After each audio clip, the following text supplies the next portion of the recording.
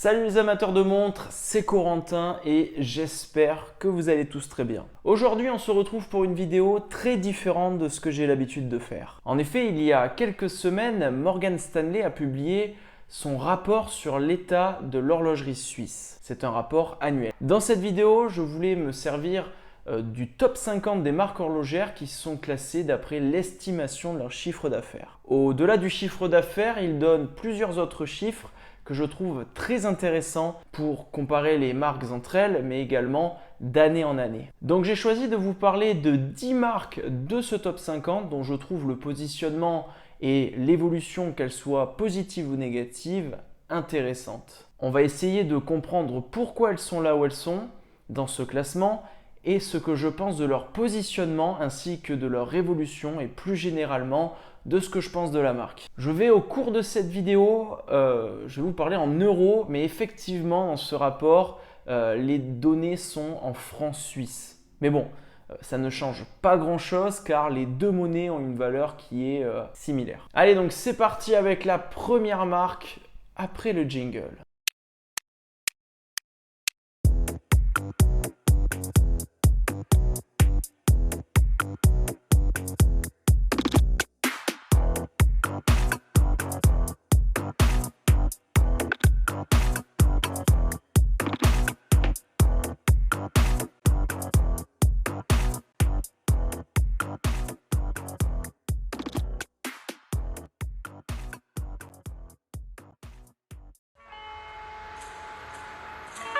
Rolex est la marque qui trône au sommet de ce classement en termes de chiffre d'affaires depuis longtemps. Au-delà du chiffre d'affaires, toutes les autres données de ce tableau sur Rolex sont impressionnantes et intéressantes à comprendre. Je ne reviendrai pas sur chacun de ces chiffres pour chaque marque, mais je vais le faire pour Rolex pour que vous puissiez tous les comprendre. Donc leur chiffre d'affaires est de 9,3 milliards en 2022, soit plus de 3 fois plus que le second, et c'est plus également que les 4 prochaines marques de ce classement additionnées. Ce chiffre a presque doublé depuis 2019 malgré la baisse causée en 2020 par le Covid.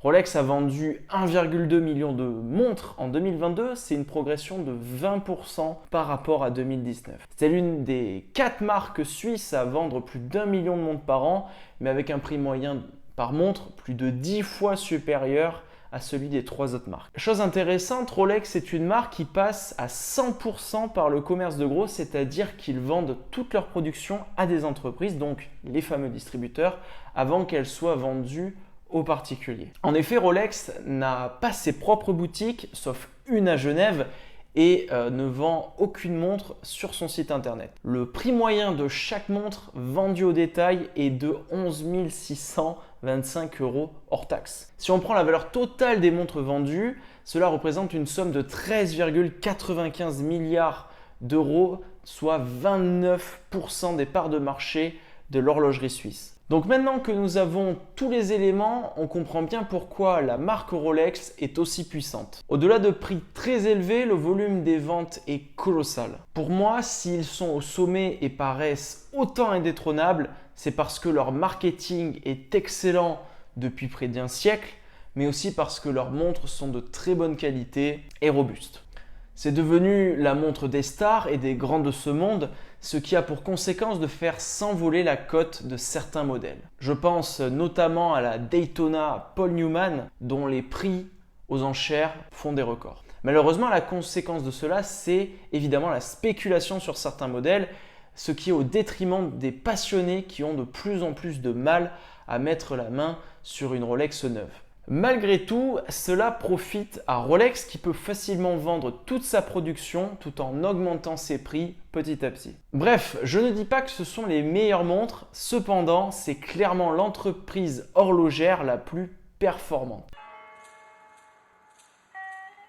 Cartier est une très belle maison de luxe et elle est tout d'abord connue pour la joaillerie, mais également pour l'horlogerie. En effet, c'est grâce à ces deux icônes horlogères, la Santos et la Tank, qui sont les deux plus anciennes icônes dans l'horlogerie, toutes marques confondues, que Cartier s'est hissé à la seconde place de ce classement en ayant dépassé Omega depuis 2021. Même avec un prix moyen par montre inférieur, ils vendent maintenant largement plus de montres qu'Omega. Il faut aussi dire que la progression de Cartier en chiffre d'affaires et en nombre de montres vendues depuis 2019 est impressionnante. Je pense que ce succès est dû à la belle image de marque, à un marketing réussi, mais aussi grâce au fait que Cartier ne soit pas seulement un horloger. Pour moi, le rayonnement de Cartier dans le domaine du luxe en général est également bénéfique pour leur partie horlogerie. En effet, souvent on dit que la montre est le seul bijou de l'homme. C'est vrai pour n'importe quelle montre automatique de nos jours,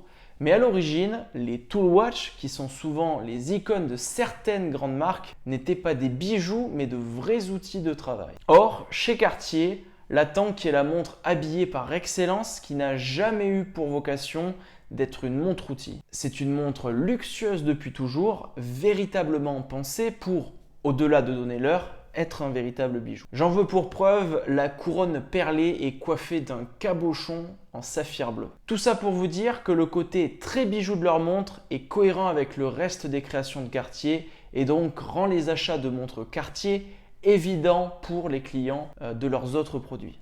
Je pense donc qu'ils vont continuer leur progression en 2023.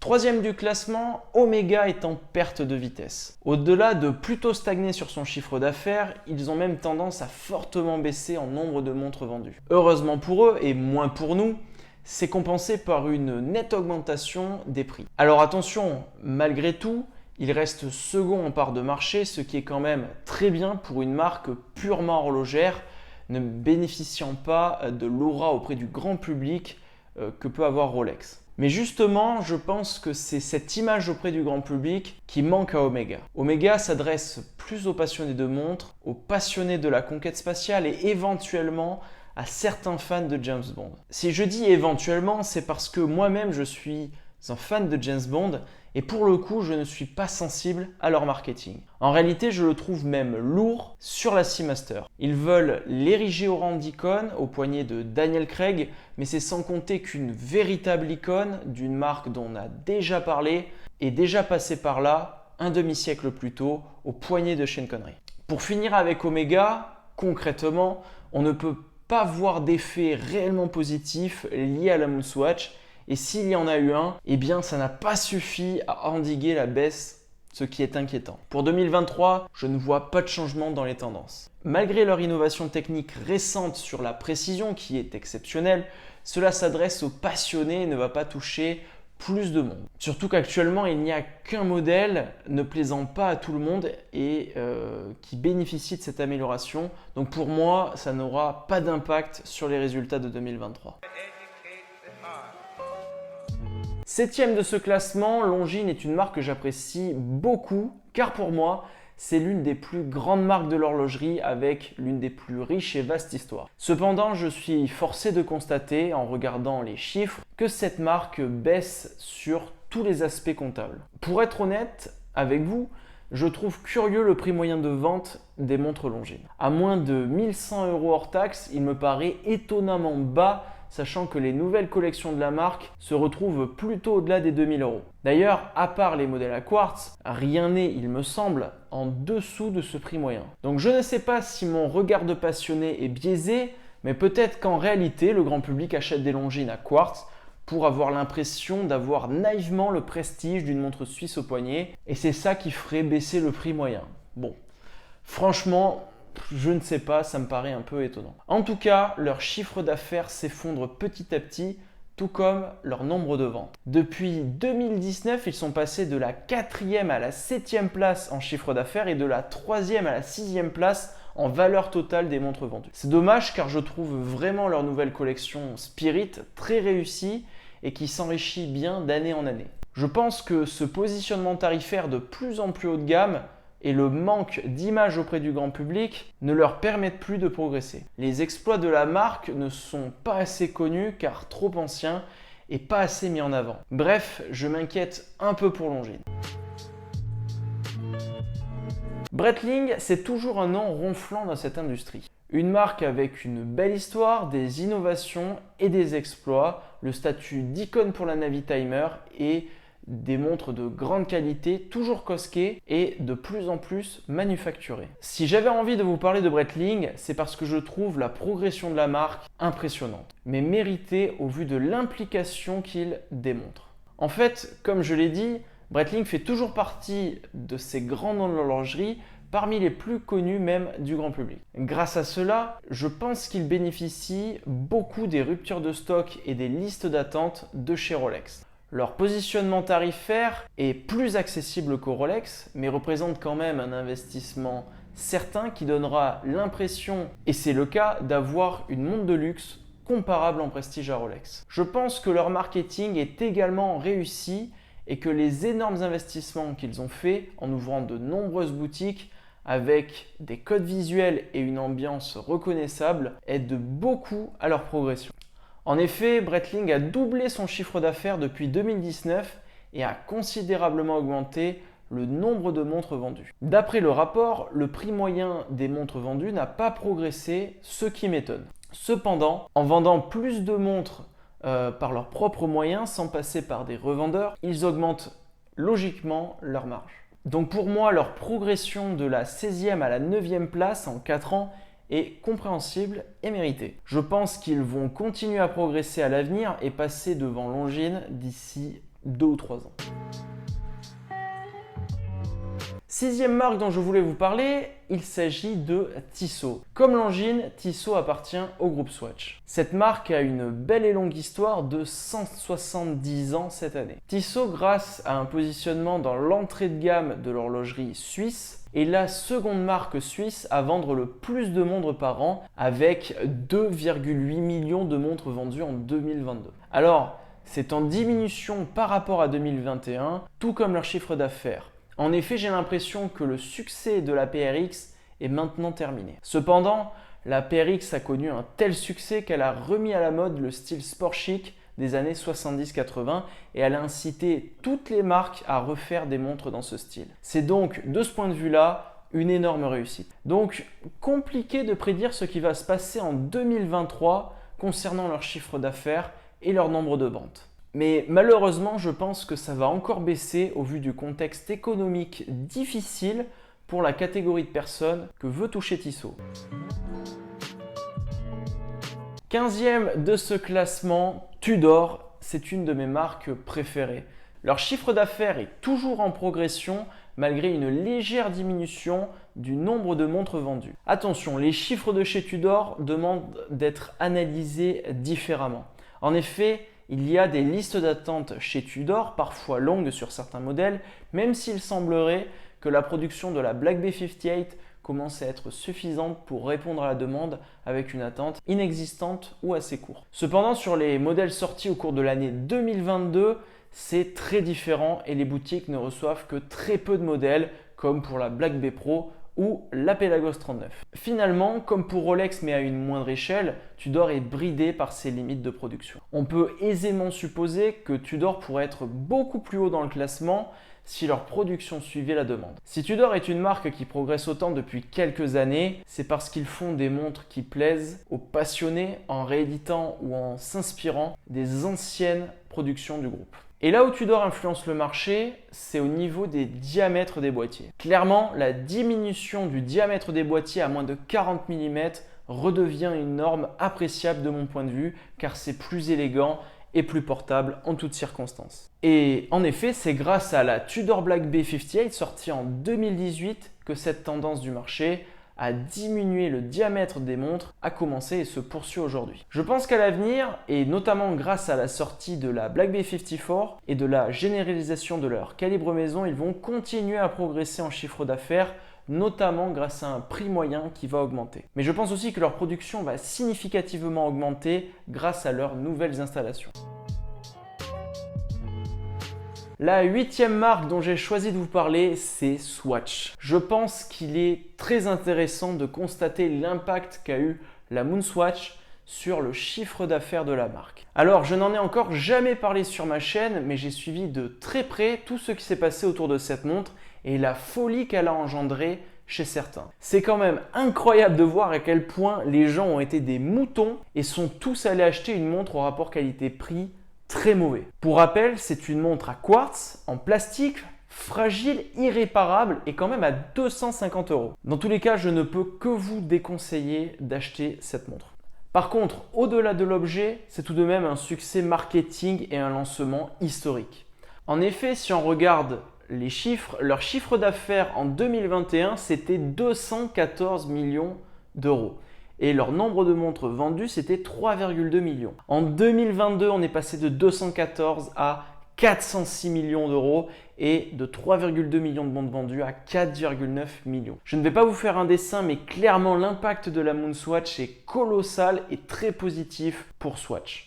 Cependant, je pense que ça va quand même retomber en 2023. Pour moi, on sera plus bas qu'en 2022, mais quand même plus haut qu'en 2021. Personnellement, j'aurais aimé voir un impact positif sur Omega. Et je ne suis pas persuadé que ça en a eu un maintenant et que ça en aura un à l'avenir. J'ai eu des retours comme quoi Omega vendrait plus de speed, mais au vu des chiffres que l'on a observés sur Omega, ça voudrait dire qu'ils vendent moins des autres modèles. Cela étant, je me demande si une personne nouvelle dans le milieu ayant acheté une Moonswatch fragile et qui s'est cassée voudra acheter une vraie Spin Master plus tard.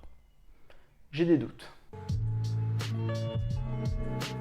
Avant-dernière marque sur laquelle je voulais m'arrêter, Hamilton. Encore une marque du groupe Swatch, vous allez me dire, mais je suis obligé d'en parler car c'est une marque qui compte beaucoup pour moi, pour également beaucoup de passionnés et d'abonnés à la chaîne. Et vous n'êtes pas sans savoir si vous suivez ma chaîne que c'est ma première montre automatique et que c'est une montre que j'adore. C'est marrant, mais quand on parle de Hamilton sur YouTube, on rencontre toujours un certain succès et la Khaki Field est toujours une référence dans son style. On a presque l'impression que Hamilton est un géant, c'est un peu comme Tissot ou Seiko dans la tête des passionnés. La première fois que je suis tombé sur ce rapport, celui de 2019, quelle ne fut pas ma surprise de voir que cette marque si populaire auprès des passionnés était si basse dans le classement. La marque est 36e du top 50 par rapport à son chiffre d'affaires et ne vend que 125 000 montres par an. C'est d'ailleurs en forte baisse depuis 2019. Mais maintenant, si on prend du recul, c'est compréhensible. Si vous dites dans la rue à quelqu'un le mot Hamilton, il va plutôt penser à Lewis Hamilton plutôt qu'à la marque de montre.